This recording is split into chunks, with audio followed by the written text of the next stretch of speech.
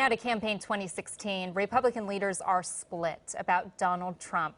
He's getting support from a couple of big names in the party. But many Republican heavyweights are keeping their distance. Here's KCAL9 political reporter Dave Bryan. He is nasty.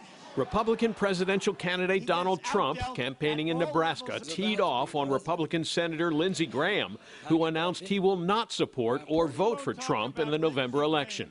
I don't think he has the temperament or judgment to be commander-in-chief. A lot of my colleagues will vote for him enthusiastically. Some will hold their nose. I just can't go there with Donald. He can't represent the people of South Carolina well. He goes on television. I've never seen a guy on television knocking me all the time. Trump was somewhat less critical of House Speaker Paul Ryan, but said he was caught off guard when Ryan said he couldn't endorse Trump right now. Paul Ryan, I don't know what happened. And he, the other day, just did a big surprise. Now, Trump and Ryan have scheduled a summit meeting next week. Trump told ABC News it's not Ryan he has to impress. I really think I earned the support from the people. I'm going to say, look, this is what the people want. Trump is being endorsed by two other prominent Republicans, former GOP presidential candidate Bob Dole and former Vice President Dick Cheney. But the polarizing Trump candidacy has created deep divisions, and that tension's being played out at Trump rallies across the country. In Washington, President Obama urged the voters to think about if they really want to elect someone like Donald Trump to run the country. This is not entertainment. This is not a reality show. Well, I certainly have never seen a candidate like Donald Trump, and I've never seen so much concern, even in his own party, by Republicans about their nominee. And in Northern California, where she rallied her supporters in Oakland, Democrat Hillary Clinton told our sister station Trump doesn't scare her one bit. I am not really concerned about what he says about me, because he traffics in insults. I am concerned about what he says he's going to do to everybody else. So the race seems to be set, or is it? Our political analyst is Professor Michael Shires from Pepperdine University.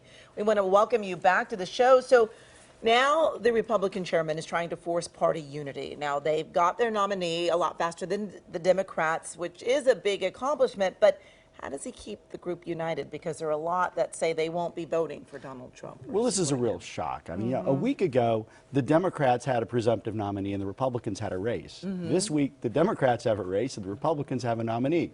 So it's a shock. Everybody's trying to figure out. I mean, you heard Paul Ryan say, not quite ready yet. It's going to be a process. They've got a couple months to pull it together. The Republicans are going to have to bring the party together. Now, Donald Trump carries a lot of that weight. He's got to reach across the aisle. You might see some interesting appointments in the vice president spot. There's even some rumors of a Ted Cruz nomination for the Supreme Court. Wow. I mean, it's gonna take some deliberate work and leadership on Donald Trump's part, and we haven't seen that yet in his campaign. All right, let's talk about the Democrats. The party is still divided, with some 30% of Bernie Sanders voters saying that they will not vote for Hillary Clinton. So he's still hanging on. How does she get him out of the race and get some unity going?